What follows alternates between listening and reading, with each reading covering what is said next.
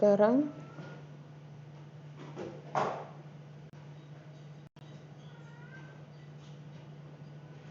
Oke, jadi sekarang kita masuk ke materi tentang biaya relevan. Jadi biaya relevan ini adalah istilahnya pengambilan keputusan yang terbaik dari suatu perusahaan, tetapi kita melihat dari segi biaya yang dikeluarkan. Nah, seperti yang saya sampaikan bahwa akuntansi manajemen ini lebih dominan untuk membahas tentang perhitungan biaya dalam perusahaan manufaktur.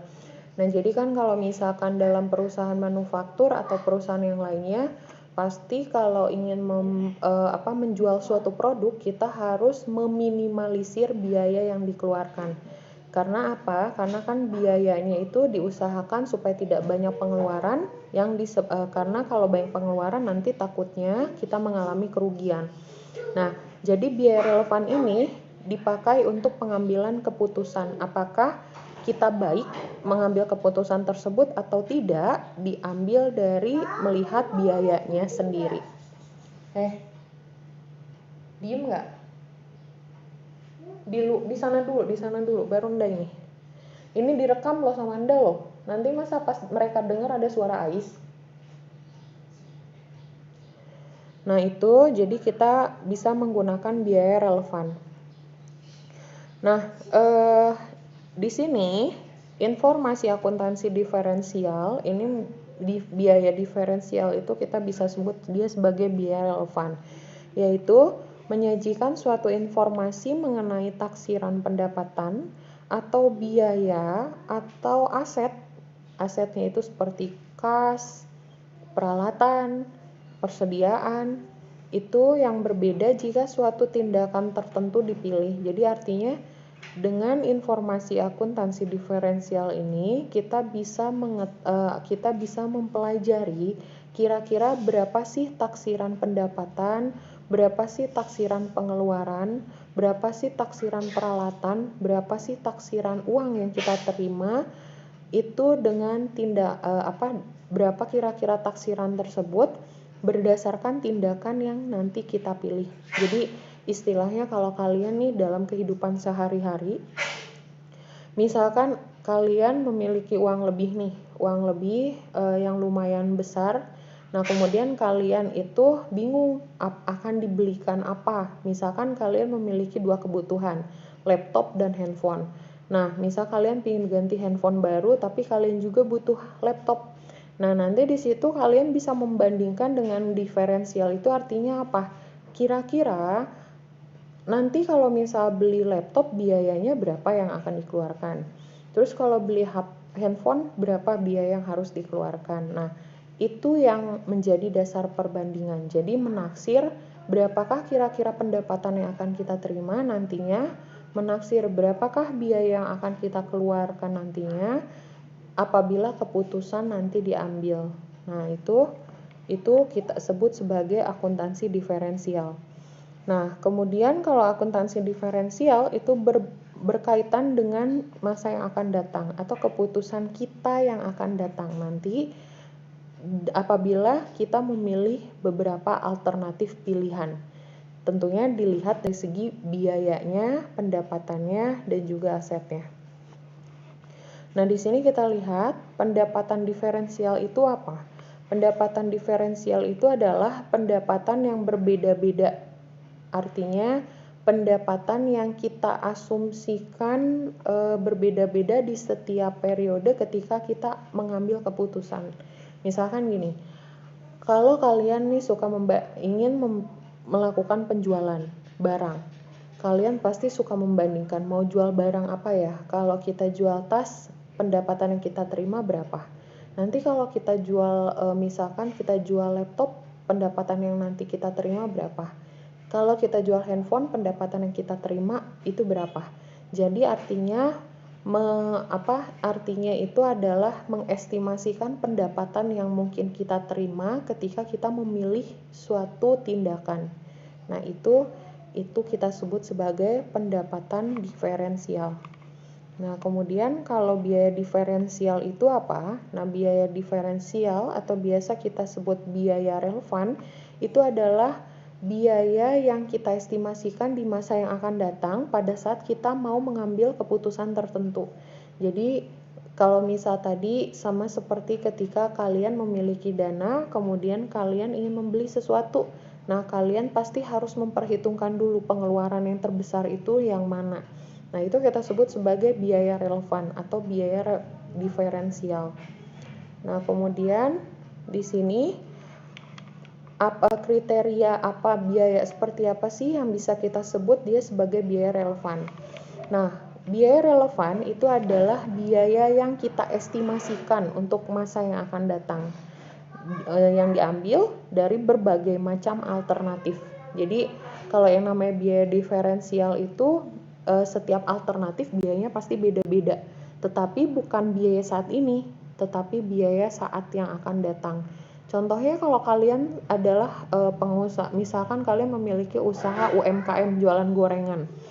Kalian biasanya pengen beli itu di pasar, ada yang beli bahan bakunya di mall. Nah, pasti kalian berpikir, kira-kira biaya yang banyak dikeluarkan itu kalau kita beli di pasar atau kalau kita beli di mall. Nah, itu adalah kita sebut sebagai bagian dari biaya diferensial atau biaya relevan, yaitu estimasi biaya yang kemungkinan akan dikeluarkan dari berbagai alternatif yang nanti akan kita ambil.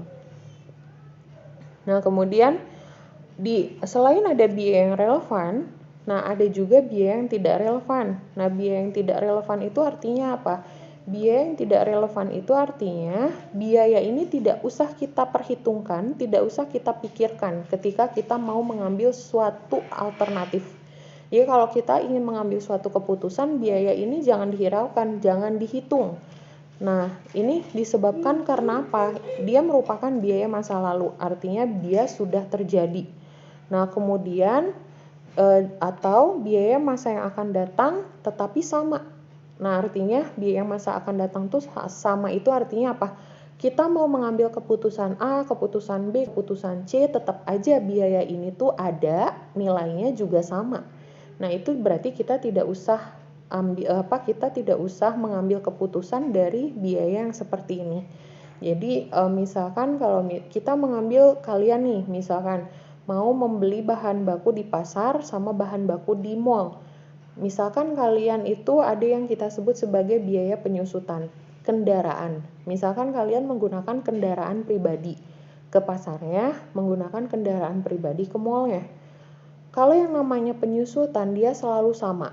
Mau keputusan yang kalian ambil apapun, kalau yang namanya mobil sudah dipakai berarti kita harus kurangi masa manfaatnya. Nilainya selalu sama.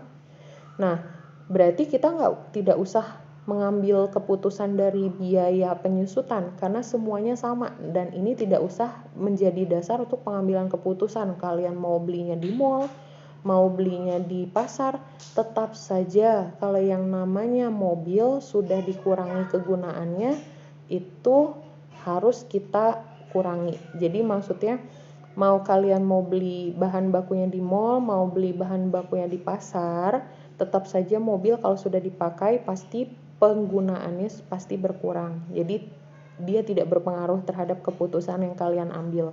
Nah, itu kita sebut sebagai biaya tidak relevan.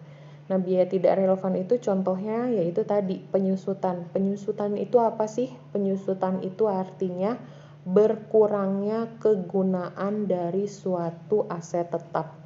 Aset tetap itu apa sih? Aset tetap itu adalah harta milik kita yang sifat pemakaiannya lebih dari 1 tahun. 1 tahun itu contohnya misal tanah, rumah, gedung, kendaraan, dan juga mesin. Nah, itu masuk ke dalam aset tetap.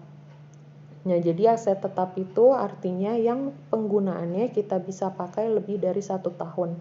Kendaraannya juga itu termasuk mobil, motor. Nah, itu termasuk ke dalam aset tetap. Dan jadi ada biaya relevan, ada biaya yang tidak relevan. Nah, kita lihat dilihat dari segi perbandingan antara biaya penuh dan biaya diferensial. Biaya penuh itu artinya biaya biasa, yang kalau biaya diferensial itu biaya yang kita ambil ketika mengambil alternatif yang berbeda. Nah, kalau biaya penuh ini biaya yang biasa kita hitung dalam produksi.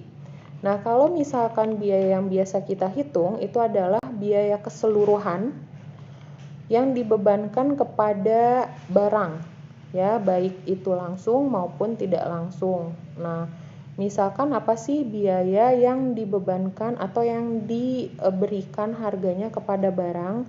Contohnya adalah kita misalkan membuat pisang goreng.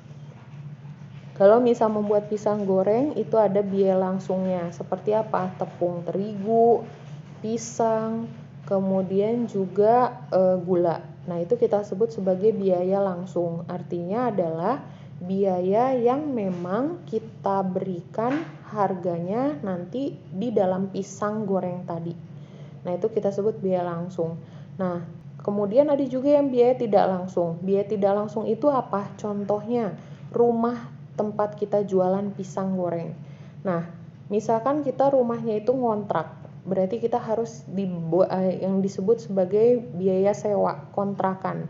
Nah, itu kita sebut biaya tidak langsung. Kenapa? Karena biaya rumah itu tidak kita masukkan ke dalam harga pisang gorengnya.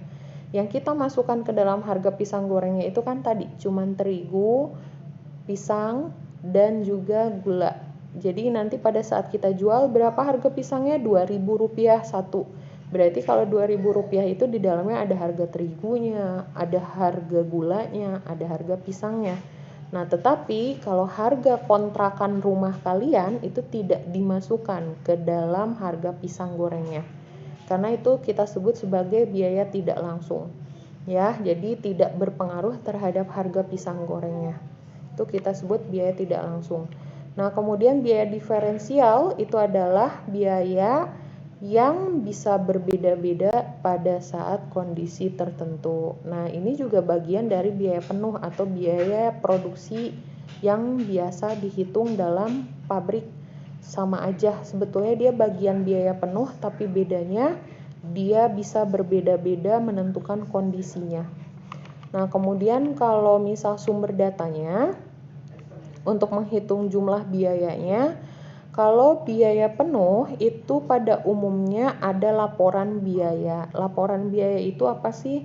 Laporan istilahnya pengeluaran untuk produksi barang. Jadi kita tulis nih pengeluaran untuk membuat pisang goreng. 1, beli terigu, beli gula, beli pisang.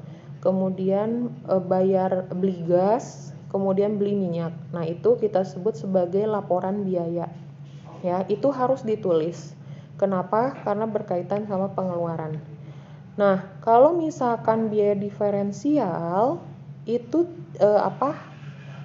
istilahnya kalau diferensial itu kita tidak usah membuat laporan biaya karena ini cuman estimasi saja.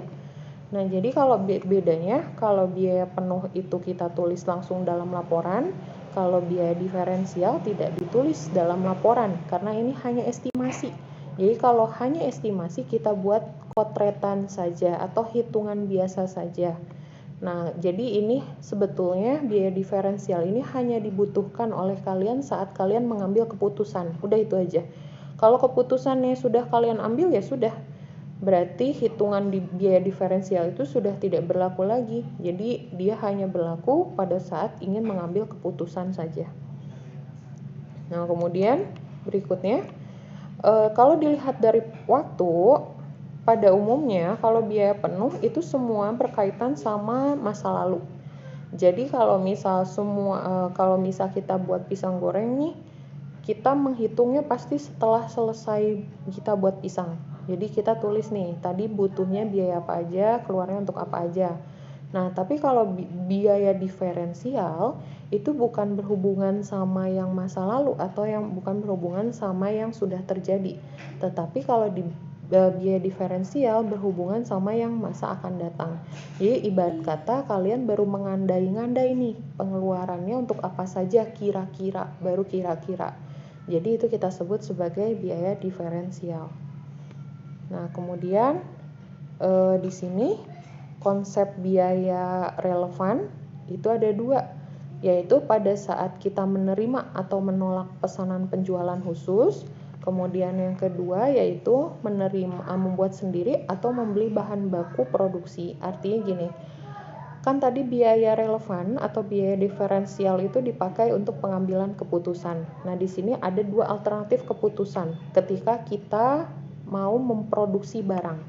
Yang pertama, yaitu menerima atau menolak pesanan penjualan khusus. Penjualan khusus itu artinya kayak PO, purchase order. Jadi kalian menerima pesanan khusus untuk klien tertentu. Nah, itu satu pada saat keadaan yang pertama ini.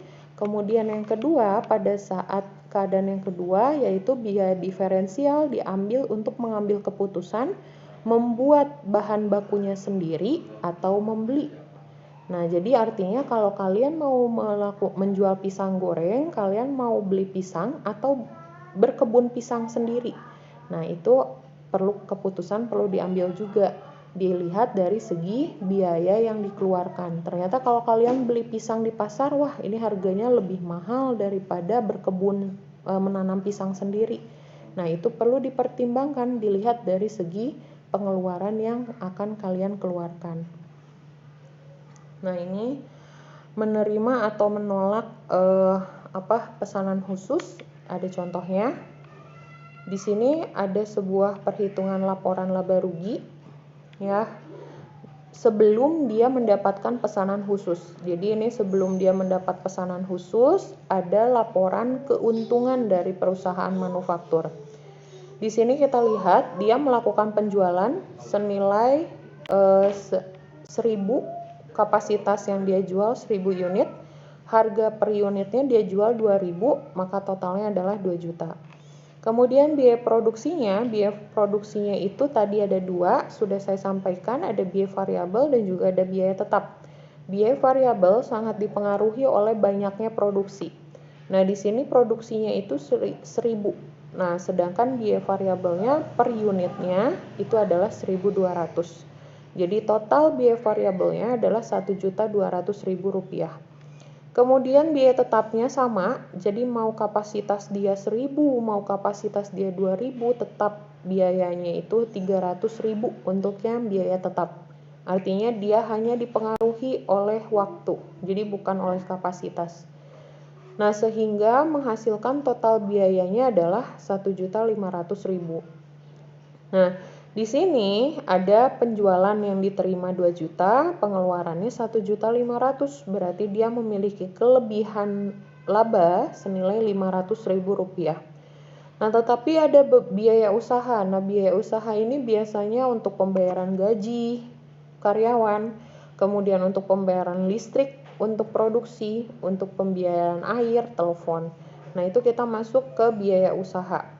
Biaya usahanya senilai Rp150.000. Jadi hasilnya itu adalah dia memperoleh keuntungan bersihnya.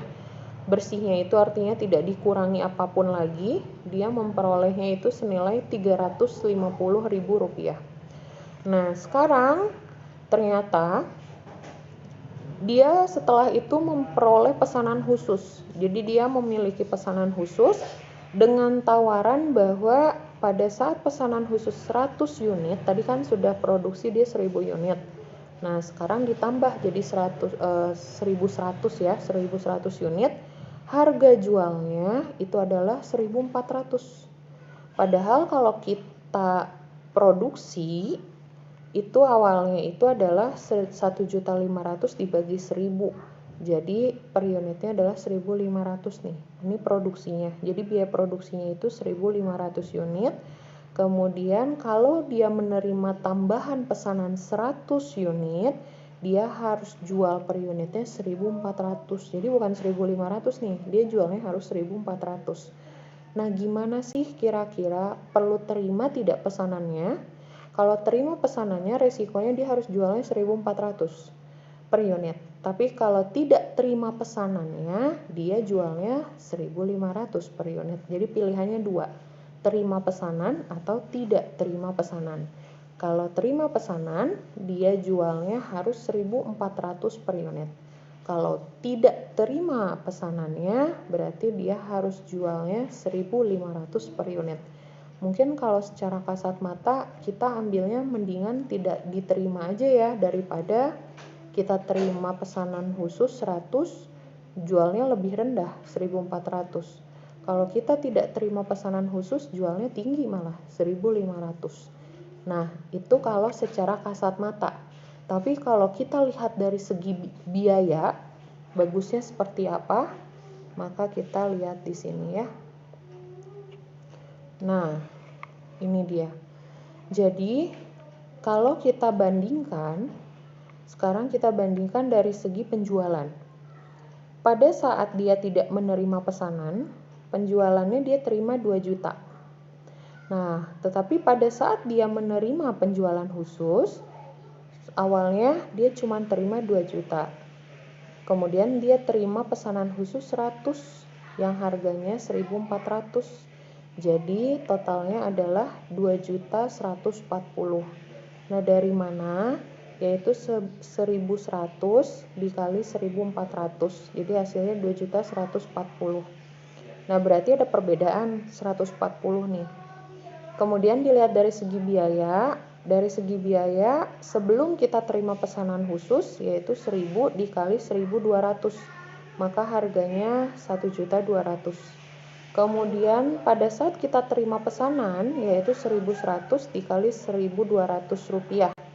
Ini 1.100 itu karena tadi kita terima produksi 1.000, terima pesanan 100. Jadi totalnya 1.100 yang akan kita produksi.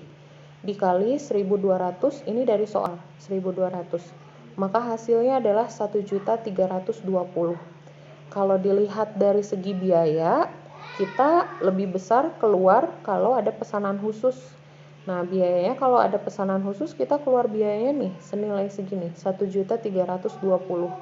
Tetapi kalau misalkan kita tidak menerima pesanan, kita cukup keluar biayanya segini, 1.200.000. Nah, berarti kita memiliki pengeluaran yang lebih besar, yaitu senilai 120.000. Dari mana? Kita bandingkan. Pada saat pesanan khusus, kita mengeluarkan biaya 1.320.000. Kalau tidak pesanan khusus, kita terima 1.200.000. Jadi kita bandingkan, selisihnya 120. Nah, itu kalau dari segi biaya. Tetapi kalau kita lihat dari margin kontribusinya, yaitu penjualan sama biaya variabel, kita lihat. Pada saat kita tidak terima pesanan, penjualan 2 juta, biaya variabel 1.200.000. Maka marginnya hanya 800.000 rupiah. Artinya kalian memperoleh untung hanya 800.000 rupiah. Tetapi kalau saat kalian menerima pesanan khusus, tadi 100 unit ya, kalian penjualan terima 2.140.000, kita kurangi dengan biaya variabel 1.320.000. Berarti kita terima untung senilai 820.000 rupiah. Berarti ada selisih keuntungan yang terjadi, yaitu kalau kita terima pesanan khusus lebih tinggi keuntungannya kita peroleh 20.000 daripada kita tidak terima pesanan khusus. Jadi kesimpulannya apa? Jadi kesimpulannya lebih baik kita menerima pesanan khusus tadi. Disebabkan karena apa? Disebabkan karena margin kontribusi yang kita terima jauh lebih tinggi daripada saat kita tidak menerima pesanan khusus.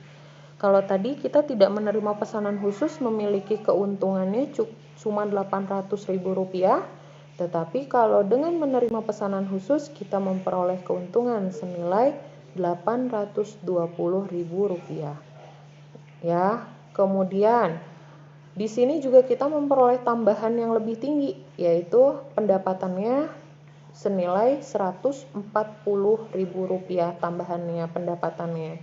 Meskipun biayanya senilai bertambah juga nambah besar senilai 120.000 rupiah, tapi tidak berpengaruh.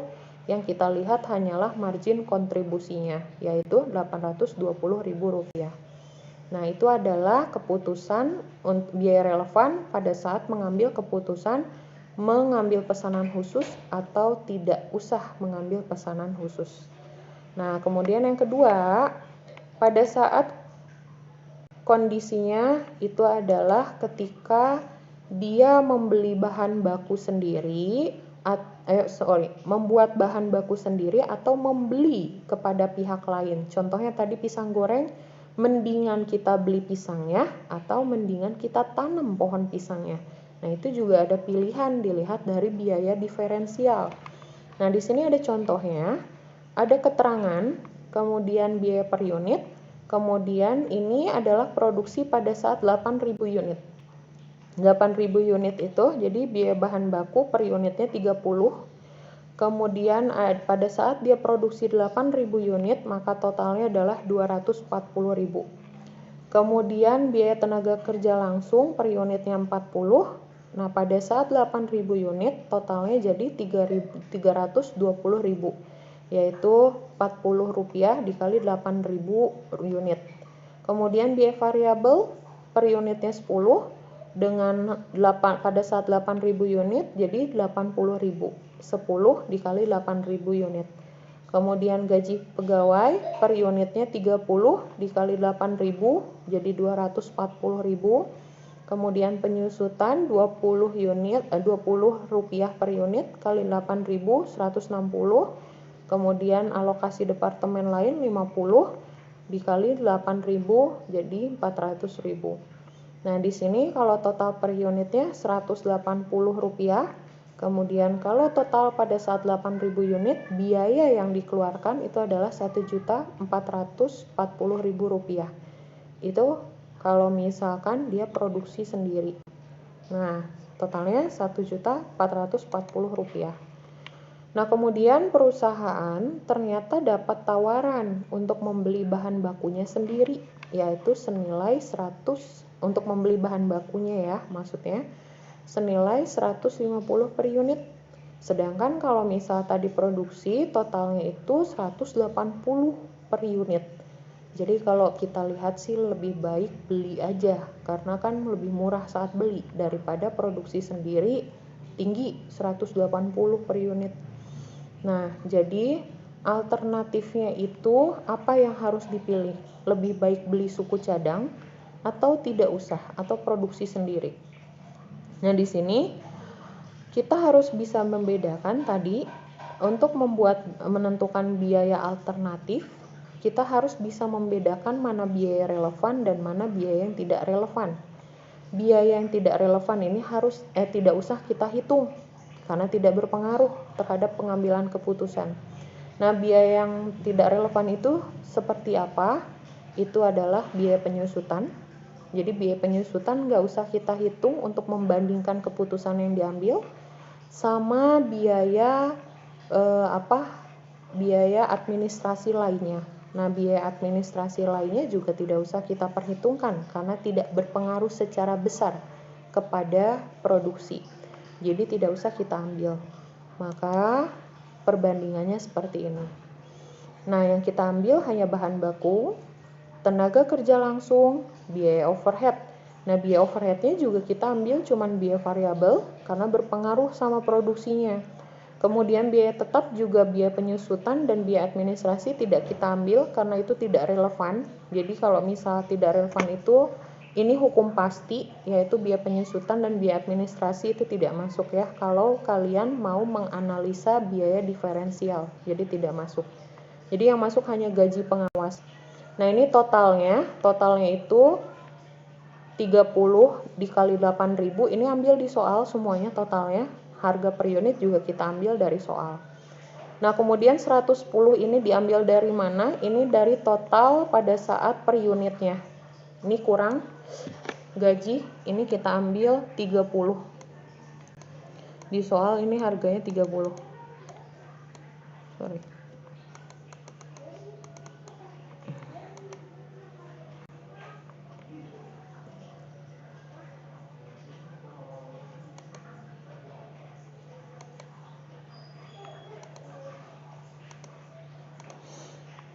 Oke, jadi di sini gaji pengawasnya biar tidak bingung, di sini di soal ditulisnya lupa ditulis 30. Jadi 30 ditambah 40, 70, tambah 10, 80, tambah 30. Jadi totalnya 110. Nah, kemudian kalau di sini ini total ketika kita menjumlahkan totalnya ini. 240.000 ditambah 320.000 tambah 80.000 tambah 240.000. Jadi hasilnya ini salah lagi, hasilnya adalah 880.000. Nah, sedangkan kalau kita ditawarkan tadi beli di luar, itu hasilnya kita tawarkan per unit 150. Nah, kalau kita kalikan dengan 8.000, hasilnya adalah 1.200.000. Nah, ini yang harus kita keluarkan nih aslinya. Kalau kita beli di luar bahan bakunya. Sedangkan kalau produksi sendiri, kita cukup keluar segini, 880.000. Nah, sehingga kalau misalkan kita lihat selisihnya, maka itu lebih baik kita memproduksi sendiri. Kenapa? Nih, kita selisihnya itu ada 320, yaitu 1.200.000 dikurangi 880. Jadi selisihnya ada 320. Nah, dari hasil kesimpulan ini, kalau kita ambil keputusannya, maka lebih baik kita memproduksi sendiri. Kenapa memproduksi sendiri? Karena kalau kita lihat memproduksi sendiri, kita mengeluarkan hanya 880.000 saja. Sedangkan kalau kita membeli, kita keluarnya 1.200.000. Itu jauh lebih mahal dan tidak hemat. Jadi keputusan yang diambil lebih baik kita membuat produksi sendiri. Yaitu biaya yang kita keluarkan cukup Rp880.000 saja. Nah, itu adalah keputusan biaya diferensial pada saat membeli atau memproduksi sendiri bahan bakunya. Ada yang mau ditanyakan dulu nggak sampai sini? Ada? Halo? Ada? Apa? Tidak ada? Oke, kalau tidak ada, itu materi perhitungan yang saya jelaskan untuk hari ini. Jadi kita tidak punya utang lagi untuk pertemuan di hari Sabtu. Nanti ujiannya berarti pada saat hari Kamis. Soalnya saya buat ada pilihan ganda dan esai, juga hitungan satu soal. Itu nanti saya harap kalian buat, saya kirim soalnya melalui grup. Nanti kalian tulis secara manual, langsung difoto dalam bentuk PDF seperti biasa ya. Oke, ada yang mau ditanyakan kembali terkait ujian?